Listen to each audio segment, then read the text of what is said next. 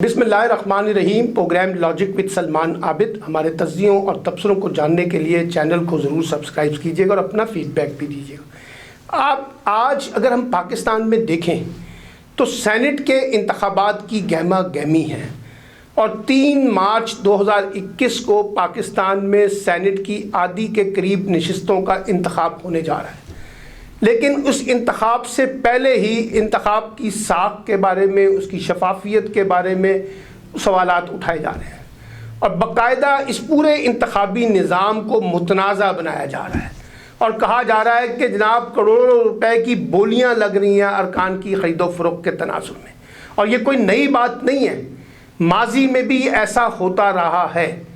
यही वजह है कि पाकिस्तान में चाहे वो आपके लोकल गवर्नमेंट के इलेक्शंस हों, चाहे वो आपके प्रोविंशियल असम्बलीज के इलेक्शन हों, चाहे वो आपके सेनेट के इलेक्शंस हों और चाहे वो आपके नेशनल असम्बलीज के इलेक्शन हों, हर इंतखाब के बाद इंतखाबात की साख पर सवालिया निशान उठते हैं। जीतने वाला कहता है कि ये इंतखाब शफाफ थे और हारने वाला ये कहता है कि ये तारीख के बदतरीन इंतखाब थे।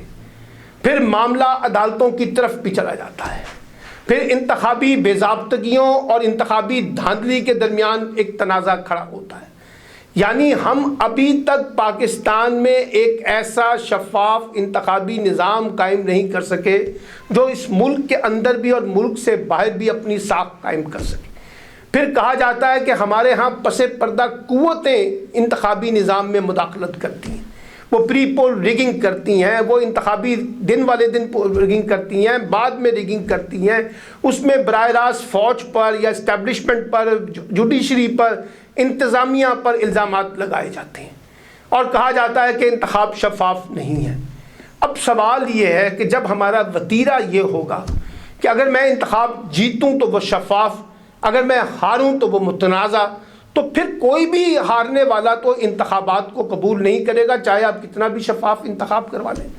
क्योंकि हमने तो हार नहीं माननी ना, हम तो पैदा ही जीत के लिए हुए हैं और अगर हम हार जाएंगे तो इसका मतलब है हमें हराया गया है। फिर ये सवालात उठा के हम पूरे इलेक्शन कमीशन के पूरे निज़ाम को सवाल उठाते हैं, पूरे अदालती निज़ाम पर सवालात उठाते हैं। फ़ौज की निगरानी में जब इंतखाबात होते हैं, पुलिस की निगरानी में इंतखाबात होते हैं तो फिर सवाल उठाते हैं।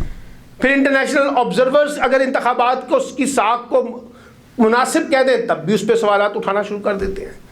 तो अब सवाल ये है कि आप कैसे एक सियासत, जमहूरियत और शफाफियत का निज़ाम कायम कर सकेंगे।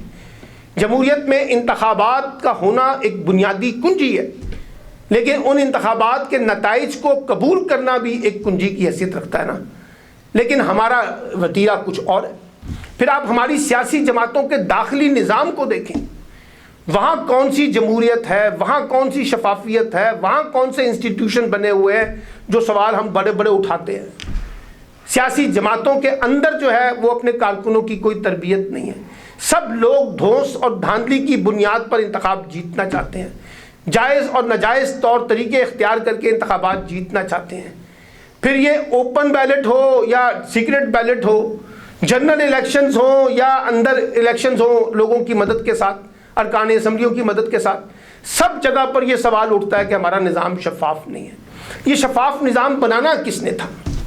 सियासी जमातों ने, हुकूमत ने और अपोजिशन ने, पार्लिमानी पार्टियों ने। इंतखाबी इस्लाहात की बड़ी बड़ी बातें की जाती हैं लेकिन नतीजा कुछ नहीं निकलता। 2014 में जब इमरान खान ने धरना दिया था तो एक इंतखाबी इस्लाहाती कमेटी बनी थी 35 रुकनी। उसके नतीजे में कुछ बेतहाशा किस्म के सवालात निकल के आए थे। आज वो कहाँ गई इंतखाबी इस्लाहाती कमेटी? फिर आपको याद है कि जब वो इमरान खान ने अदालती कमीशन बनवाया था तो उस अदालती कमीशन के ज़रिए 42 के करीब ऐसी बेज़ाब्तगियों को सामने लाया गया था कि इन बेज़ाब्तगियों को दूर करके आप इंतखाबी निज़ाम को शफाफ बनाते हैं, वो भी नहीं है। फिर आप इलेक्शन कमीशन को कितना खुद मुख्तार करते हैं, कितनी उनको इंतज़ामी पावर देते हैं, कितनी उनको कानूनी पावर देते हैं, कितना उनको खुद मुख्तार देखना चाहते हैं, वो भी हमारे सामने है। अपनी मर्ज़ी के हम चीफ इलेक्शन कमिश्नर से लेके सूबाई चीफ इलेक्शन कमिश्नर लगा देते हैं और अपनी मर्ज़ी का नतीजा हासिल करने की कोशिश करते हैं। फिर सियासी जमातों के अंदर इंतखाब की शफाफियत के हवाले से कोई कोड ऑफ कंडक्ट पे अमल नहीं होता। इंतखाबी कवानीन, इंतखाबी ज़ाब्ते सब जो है ना उसको कुचल दिया जाता है। کوئی پوچھنے والا نہیں ہوتا، کوئی نگرانی کا نظام نہیں ہے، کوئی جواب دہی کا نظام نہیں ہے۔ 2002 سے سینٹ کے اندر انتخابات میں ووٹ بک رہے ہیں نا، کیا کر لیا ہم نے؟ کتنا لوگوں کو پکڑ لیا، کتنے لوگوں کو سزائیں دی، کتنے لوگوں کو نااہل کیا؟ کوئی کام نہیں۔ تو میں یہ سمجھتا ہوں کہ دیکھیے جمہوریت جو ہے وہ ایک شفاف انتخابی نظام پر کھڑی ہے، تو اس میں کسی بھی قسم کی مداخلت، چاہے وہ اسٹیبلشمنٹ کی مداخلت ہے، چاہے وہ جوڈیشری کی مداخلت ہے، چاہے وہ سیاسی جماعتوں کی مداخلت ہے، چاہے وہ میڈیا کی، کسی کی بھی مداخلت وہ ٹھیک نہیں ہے۔ اب اس مداخلت کو ٹھیک کرنے کا طریقہ یہ نہیں ہے کہ کوئی ٹیکہ لگایا جائے سب کو اور ٹیکے لگ جائیں تو اس کے بعد یہ ٹھیک ہو جائیں گے۔ آپ نظام کے اندر اصلاحات کریں، مشاورت کی بنیاد پہ کریں، نظام کو ٹھیک کریں، نظام کو درست کرنے کے لیے اپنا کردار ادا کریں، تاکہ پاکستان کے انتخابات کی کوئی ساخت قائم ہو سکے۔ یہ بلیم گیم کرنا، ایک دوسرے پہ لان تان کرنا، ایک دوسرے کے مینڈیٹ کو قبول نہ کرنا، ایک دوسرے کی لاتیں کھینچنا، ایک دوسرے کے انتخابی نتائج کو جعلی قرار دے دینا کی جو روش ہے جو ہم نے اختیار کی ہوئی ہے، اسے دور کرنا پڑے گا، ورنہ اس پاکستان میں نہ سیاست بچے گی، نہ جمہوریت بچے گی، نہ انتخابات کی کوئی ساخت قائم ہو سکے گی، اور لوگوں کا جمہوریت پر اعتبار بھی کمزور ہوگا، انتخابی نتائج پر بھی اعتبار کمزور ہوگا، سسٹم کے اوپر نظام کمزور ہوگا۔ اس لیے میں یہ کہنا چاہتا ہوں کہ اب یہ سینٹ کے جو انتخابات ہو رہے ہیں، اگر آپ نے ان انتخابات کی ساخت کو بھی ویسا ہی بنایا جیسے ماضی کے سینٹ کے انتخابات ہوئے، تو پھر اس ملک میں سیاسی نظام کا، انتخابی نظام کا اللہ ہی حافظ ہے۔